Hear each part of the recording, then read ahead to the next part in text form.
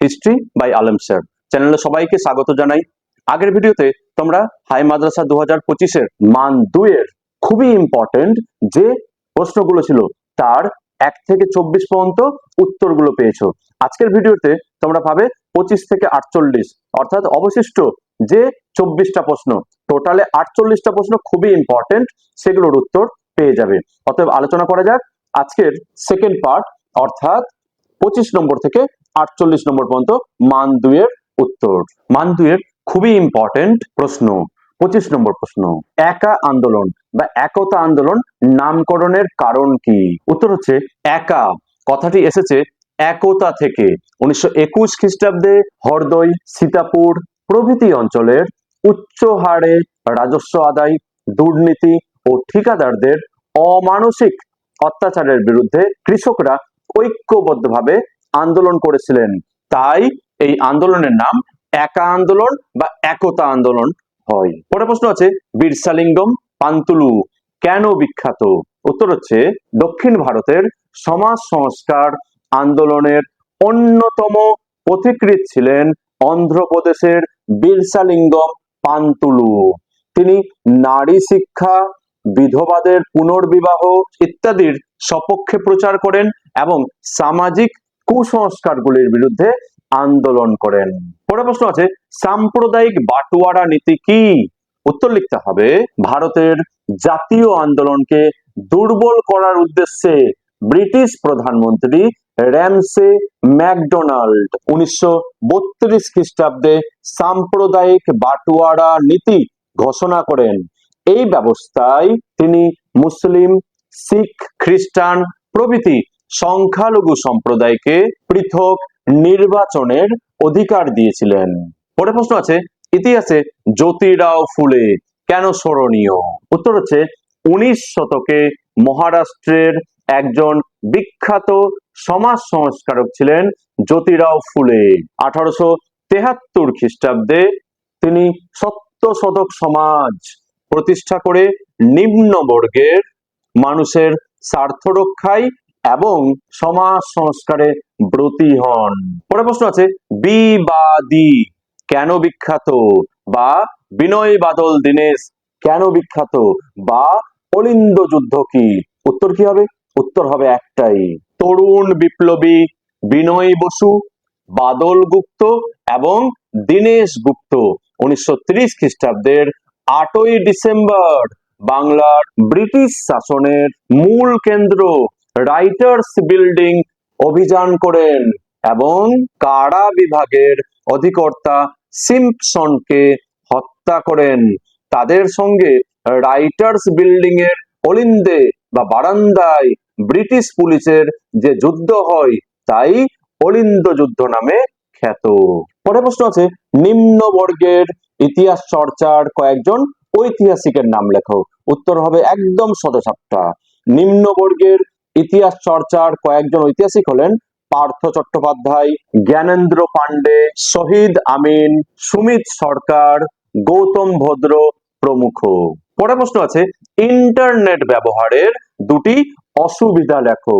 উত্তর হবে ইন্টারনেট ব্যবহারের অসুবিধাগুলি হলো 1 নম্বর ইন্টারনেটের তথ্য কতটা নির্ভরযোগ্য তা যাচাই করা খুবই কঠিন। নাম্বার 2 একই বিষয়ে বিভিন্ন ওয়েবসাইটে পৃথক ও পরস্পর বিরোধী তথ্য থাকে। নাম্বার 3 আরেকটা লিখতে পারো ইন্টারনেট মানুষকে নিজের মায়াজালে জড়িয়ে নেই। তোমরা যে কোনো দুটি উত্তর লিখে নিতে পারো। পরের প্রশ্ন আছে কে কবে নীল দর্পণ রচনা করেন? উত্তর হবে একদম টু দা পয়েন্ট 1860 খ্রিস্টাব্দে দীনবন্ধু মিত্র নীল দর্পণ রচনা করেন। এটা লিখলেই তোমরা 2 এ 2 পেয়ে যাবে। পরের প্রশ্ন আছে উডের ড্যাশ পেজ কি? উত্তর হবে ভারতের শিক্ষা ব্যবস্থাকে নিয়মবদ্ধ ও সুসংহত করার উদ্দেশ্যে চার্লস উড 1854 খ্রিস্টাব্দে শিক্ষা সংক্রান্ত যে নির্দেশনামা জারি করেন তা উডের ডেসপেচ নামে পরিচিত। পরের প্রশ্ন হবে কে কবে মেট্রোপলিটন ইনস্টিটিউশন প্রতিষ্ঠা করেন? উত্তর হবে 1872 খ্রিস্টাব্দে ঈশ্বরচন্দ্র বিদ্যাসাগর মেট্রোপলিটন ইনস্টিটিউশন প্রতিষ্ঠা করেন। পরের প্রশ্ন হচ্ছে, কে কবে কোন আইন দ্বারা সতীদাহ প্রথা নিষিদ্ধ করেন? উত্তর হবে একদম টু দা পয়েন্ট 1829 খ্রিস্টাব্দে রাজা রামমোহন রায়ের উদ্যোগে লর্ড উইলিয়াম বেন্টিং 17 নম্বর রেজুলেশন দ্বারা সতীদাহ প্রথা নিষিদ্ধ করেন।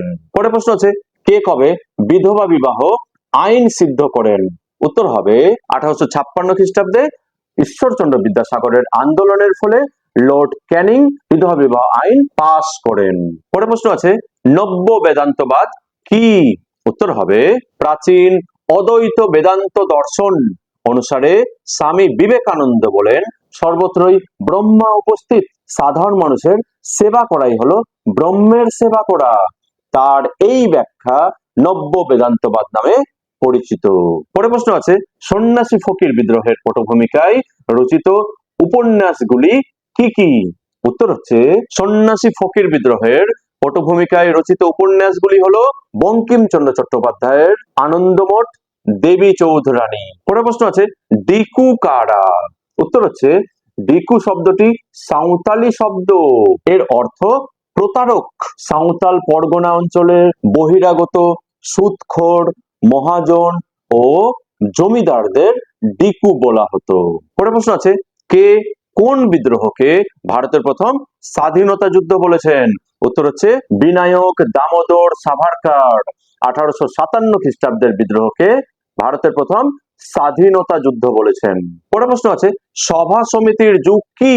উত্তর হচ্ছে, 19 শতকের মাঝামাঝি সময়ে সাম্রাজ্যবাদী ইংরেজ শাসনের বিরুদ্ধে ভারতীয়দের মধ্যে জাতীয়তাবোধ জেগে উঠে। এই সময়ে ভারতে বেশ কিছু সভা সমিতি বা রাজনৈতিক প্রতিষ্ঠান গড়ে ওঠে। তাই 19 শতককে ডক্টর অনিল শীল সভা সমিতির যুগ বলেছেন। পরের প্রশ্ন আছে, ব্রিটিশ সরকারের দুটি দমনমূলক আইনের নাম লেখো। উত্তর হবে একদম টু দা পয়েন্ট। ব্রিটিশ সরকারের দুটি দমনমূলক আইন হলো 1876 খ্রিস্টাব্দে নাট্যাভিনয় নিয়ন্ত্রণ আইন, 1878 খ্রিস্টাব্দে মাতৃভাষা সংবাদপত্র আইন, 1878 খ্রিস্টাব্দের অস্ত্র আইন। পরের প্রশ্ন আছে, স্বদেশী ও বয়কট কি? উত্তর হবে, স্বদেশী ও বয়কট শব্দটি বঙ্গভঙ্গ বিরোধী আন্দোলনের সঙ্গে যুক্ত। স্বদেশী অর্থাৎ ভারতীয় তৈরি পণ্য ব্যবহার এবং বয়কট অর্থাৎ ব্রিটিশ পণ্য ব্যবহার থেকে বিরত থাকা। পরের প্রশ্ন আছে, বারদৌলি সত্যাগ্রহ কি? উত্তর হবে, গুজরাটের বারদৌলিতে ব্রিটিশ সরকার রাজস্বের হার 30% বা 30% বৃদ্ধি করলে এখানকার কৃষকেরা সর্দার বল্লভভাই প্যাটেলের নেতৃত্বে 1928 খ্রিস্টাব্দে সত্যাগ্রহ আন্দোলন শুরু করেন। এটি বারদৌলি সত্যাগ্রহ নামে পরিচিত। পরের প্রশ্ন আছে, কাকোরি ষড়যন্ত্র মামলা কি? উত্তর হবে, উত্তরপ্রদেশের বিপ্লবীরা অর্থ সংগ্রহের উদ্দেশ্যে 1925 খ্রিস্টাব্দে কাকোরি নামক রেল স্টেশনে রেলগাড়ি থেকে সরকারি টাকা লুট করার চেষ্টা করে। এটি কাকোরি ষড়যন্ত্র মামলা নামে পরিচিত। বিচারে আশফাকুল্লাহ, রামপ্রসাদ বিসমিল প্রমুখ বিপ্লবীর ফাঁসি হয়। পরের প্রশ্ন আছে, ভাইকম সত্যাগ্রহ কি? উত্তর হবে, ভাইকম সত্যাগ্রহ ছিল একটি অহিংস আন্দোলন যা 1924-25 খ্রিস্টাব্দে ত্রাভাঙ্কোরে বর্তমান কেরালা রাজ্যে অস্পৃশ্যতা, বর্ণ বৈষম্যের বিরুদ্ধে ও মন্দিরে প্রবেশের দাবিতে সংগঠিত হয়। এই আন্দোলনের নেতা ছিলেন কে কেলাপ্পান, টি কে মাধবন, কেশব মেনন প্রমুখ। পরের প্রশ্ন আছে, ভারত ভুক্তির দলিল কি বা ইনস্ট্রুমেন্ট অফ অ্যাকসেশন কি? উত্তর হবে, ভারতের স্বাধীনতা লাভের পর দেশীয় রাজ্যগুলিকে ভারত ইউনিয়নের সঙ্গে যুক্ত করার জন্য সর্দার বল্লভভাই প্যাটেল তৈরি করেছিলেন ইনস্ট্রুমেন্ট অফ অ্যাকসেশন বা ভারত ভুক্তির দলিল। দেশীয় রাজ্যগুলিকে ভাতা, অন্যান্য সুযোগ সুবিধা দেওয়ার বিনিময়ে ভারত ভুক্তির দলিলে স্বাক্ষর করানো হলে ভারত শক্তিশালী রাষ্ট্রে পরিণত হয়। 48 নম্বর লাস্ট প্রশ্ন, খুবই ইম্পর্টেন্ট হচ্ছে, মাউন্ট ব্যাটেন প্রস্তাব কি? উত্তর হবে 1947 খ্রিস্টাব্দের 3 জুন ভারত বিভাগের পরিকল্পনা ও ক্ষমতা হস্তান্তরের কথা ঘোষণা করেন। এটি মাউন্ট ব্যাটেন প্রস্তাব নামে পরিচিত। এই প্রস্তাবের প্রধান দিক ছিল 1 নম্বর, সমগ্র ভারতকে ভারত ও পাকিস্তান দুটি ডোমিনিয়নে ভাগ করা হবে। 2 নম্বর, দেশীয় রাজ্যগুলোকে স্বাধীন অথবা যে কোনো ডোমিনিয়নে যোগদানের অধিকার দেওয়া হবে। এই গেল তোমাদের মান 2 এর খুবই ইম্পর্টেন্ট 48টা প্রশ্নের উত্তর। কিভাবে উত্তর লিখতে হবে সেটিও তোমরা বুঝতে পেরেছো। এইভাবে উত্তর লিখলে তোমরা অবশ্যই 2 এর মধ্যে 2 পেয়ে যাবে। Thank you for watching.